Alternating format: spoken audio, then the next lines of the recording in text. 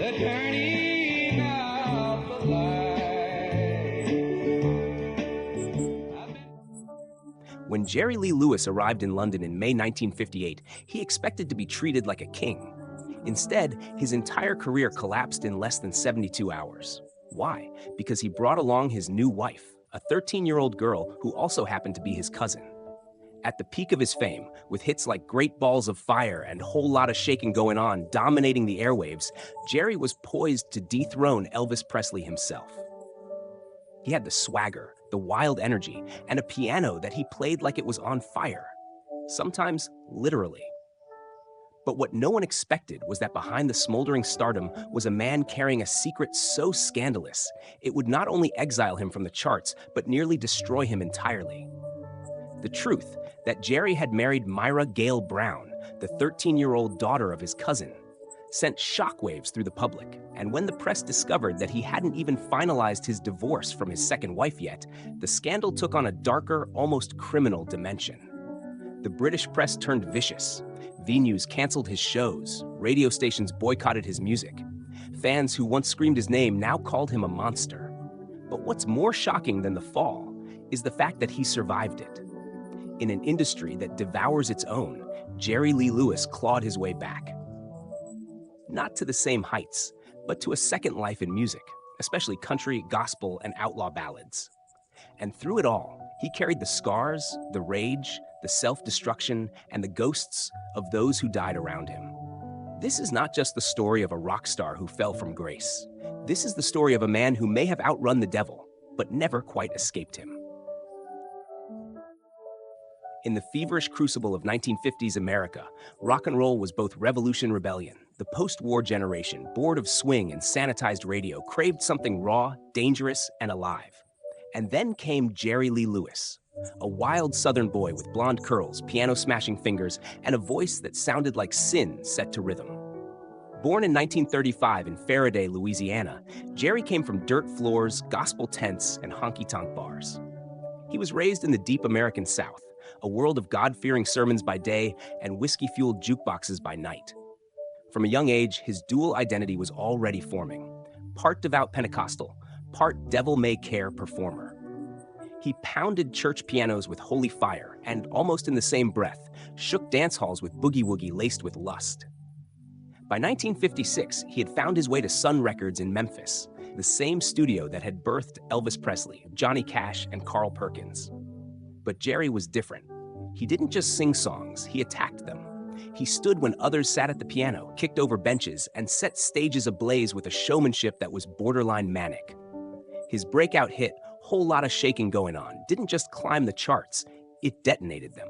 America had never seen anything like him. At first, the industry was thrilled. Jerry was chaos personified, the perfect symbol for a youth culture tired of rules. He was seen as Elvis's most serious competitor, not just in talent, but in attitude. And yet, behind the stage lights and frenzied performances, something darker simmered. A recklessness that wasn't just an act. A personal life littered with broken vows, forbidden desires, and an unshakable belief that he was chosen, by God or by fate, to do whatever he pleased. That belief would soon turn into infamy. It was during the peak of this fame, just as he was being promoted as the next king of rock, that he made a decision that would send his career into free fall. He married for the third time to Myra Gale Brown, a wide-eyed teenager who hadn't even finished junior high. She was his cousin. And the press would soon dig deeper to find out Jerry hadn't even divorced his second wife yet. What began as whispers turned into headlines. Then came the collapse. The story of Jerry Lee Lewis is not just about one scandal. It's about the unrelenting consequences of a single decision and the strange American obsession with forgiving the unforgivable if the music is good enough. His tale is set not just in the smoky bars of the South or the flashing bulbs of British tabloids, but in a cultural war about morality, talent, and the limits of celebrity. As rock and roll broke every rule, Jerry broke one more. And for that, the world turned on him. Then, strangely, looked back again. Jerry Lee Lewis was a prodigy forged in contradiction. Born into poverty in Faraday, Louisiana, he learned to play the piano before he could write his own name. At age 8, he stunned a church congregation by playing gospel with a fury they'd never seen. But while others saw divine talent, Jerry felt the devil in the keys, and he embraced both. His parents mortgaged their house to buy him his first piano. That gamble would pay off in explosive ways. By the time he was a teenager, Jerry was sneaking into black clubs along the Mississippi Delta, absorbing the rhythm and blues that conservative white America deemed taboo. He didn't just listen. He consumed it, twisted it, and turned it into something that sounded like a holy man losing his mind at a juke joint. In 1956, he walked into Sun Records in Memphis, uninvited and unknown. He demanded to audition. Studio head Sam Phillips wasn't there, but producer Jack Clement gave the boy a shot. What he saw was unforgettable. Jerry banging on the piano with his elbows, knees, and heel while howling out lyrics like a man on fire. The result? A session that gave birth to Crazy Arms, and then the volcanic Whole Lotta Shakin' going on. By early 1957, Jerry was an overnight sensation. He didn't just climb the Billboard charts, he stormed them. Great Balls of Fire sold over 1 million copies in mere weeks. He was invited to national TV shows, radio interviews, and live performances that often ended in mayhem. He kicked over piano benches, played with his feet, and even lit his piano on fire during a concert just to upstage Chuck Berry. There was a raw, unpredictable energy to him, something primal. While Elvis smoldered with cool sexuality, Jerry combusted. He was sex, sweat, and chaos. Teenagers adored him. Parents were terrified. Preachers called him the devil's musician, and Jerry didn't argue. He once famously said, "If I'm going to hell, I'm going there playing the piano." At home, though, Jerry was already spiraling. He married young, twice, and lived a life of turbulent relationships, infidelity, and erratic behavior. Fame had given him access, but it also fed his most dangerous impulses. He drank heavily, partied harder, and clashed with anyone who tried to manage him. By 1958, he was at the top of the world, but carrying a secret that would shatter everything. In May of that year, Jerry set out on a European tour. It was meant to be his global coronation. Instead, it became his execution.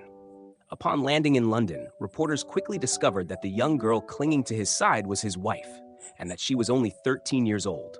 Worse, she was his first cousin once removed. And worst of all, Jerry had not yet finalized his divorce from his previous wife. What followed was a media firestorm. British tabloids tore him apart. Radio stations pulled his songs. Concerts were canceled mid-tour. The audience turned from cheering fans to angry mobs. His name was no longer synonymous with rebellion.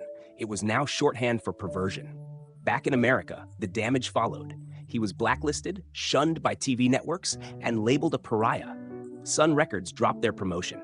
Fellow musicians distanced themselves. Overnight, the man hailed as rock's new king became a cautionary tale. But Jerry Lee Lewis, true to form, didn't apologize. "I just married the girl I loved," he told one reporter. "People can go to hell." His downfall was not just public, it was biblical. Fame had lifted him like a prophet. Now it cast him into the wilderness.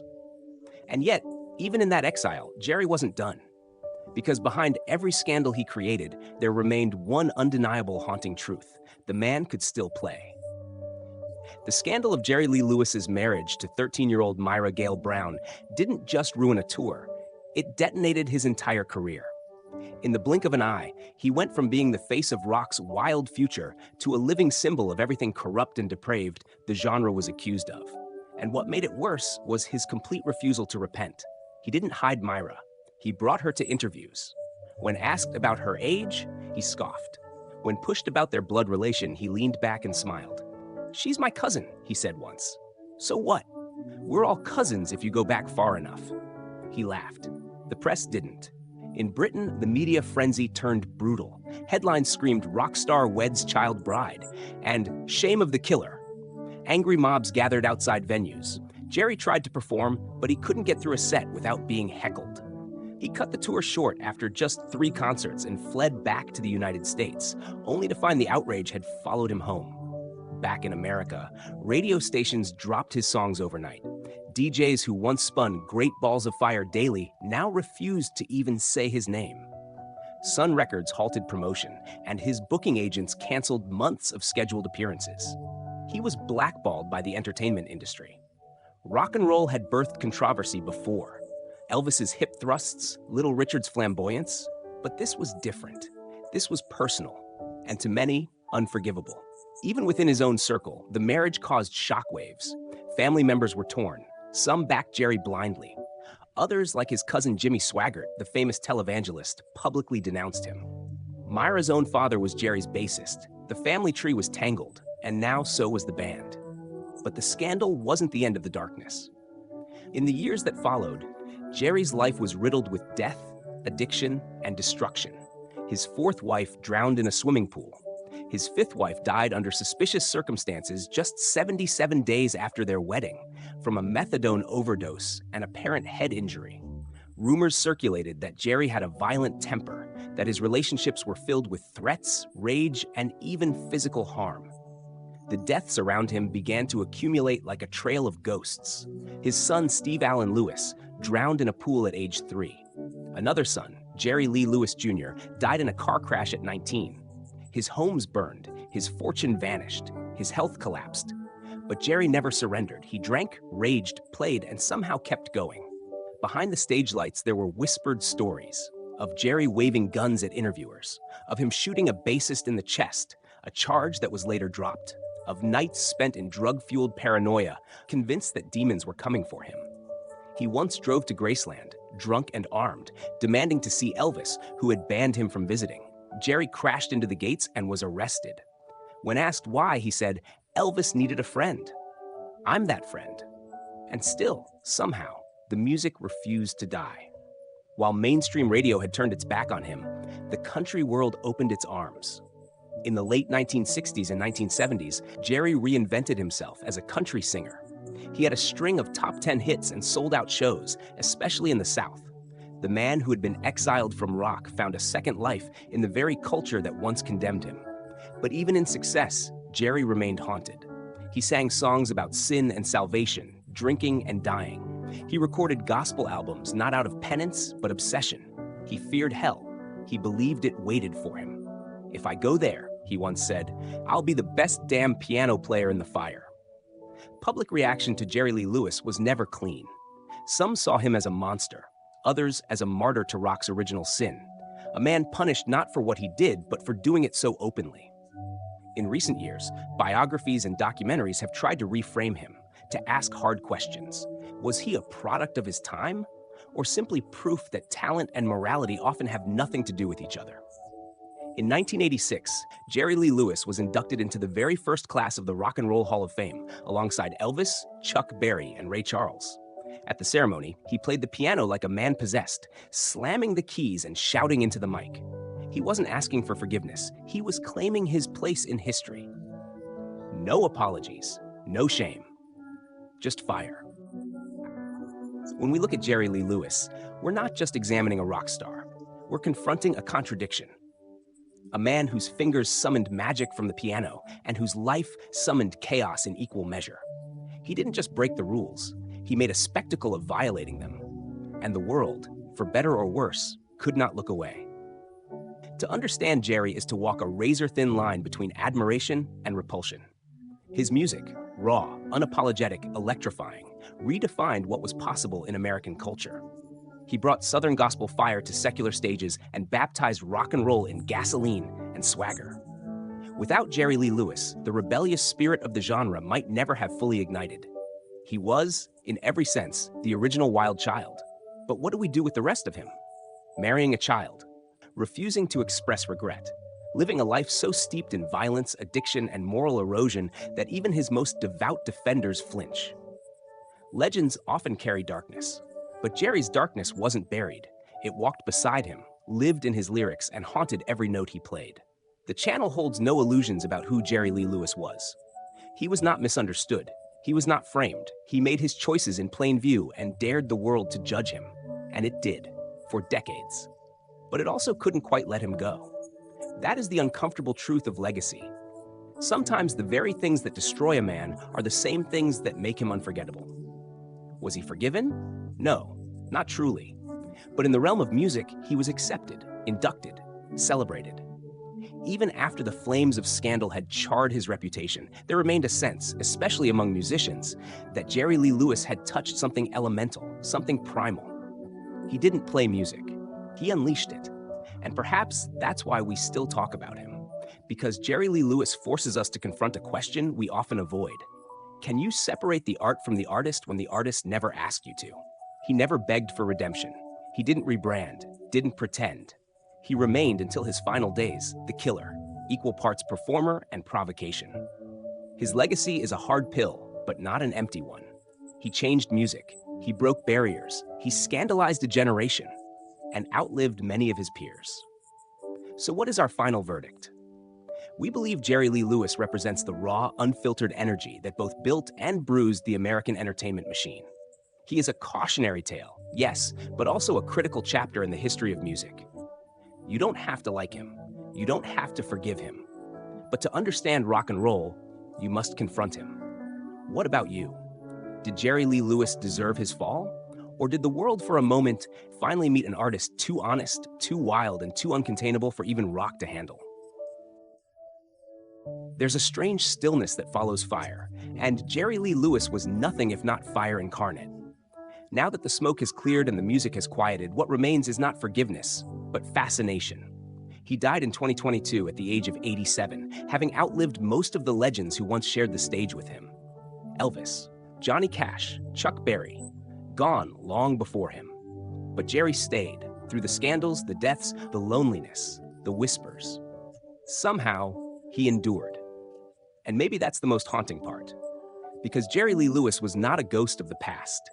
He was a reminder of everything that once made American music thrilling and terrifying. He was reckless and ruthless, holy and damned, a Southern preacher in a devil's suit. He didn't want redemption. He wanted to burn the stage down before you could ask him why. And yet, listen closely to an old record of Great Balls of Fire, or You Win Again. Behind the chaos, there's brilliance. Behind the pounding piano, a boy from Louisiana chasing something larger than fame. Maybe salvation, maybe destruction. We'll never truly know. His story forces us to reconsider what we worship in our stars. Talent or virtue, spectacle or soul. And whether sometimes those things are impossible to separate. Some stories are never meant to be told, but now you know. The killer is gone. The keys are silent. But the question echoes, forever unresolved. Was Jerry Lee Lewis a sinner who could play, or a musician who was never allowed to be human?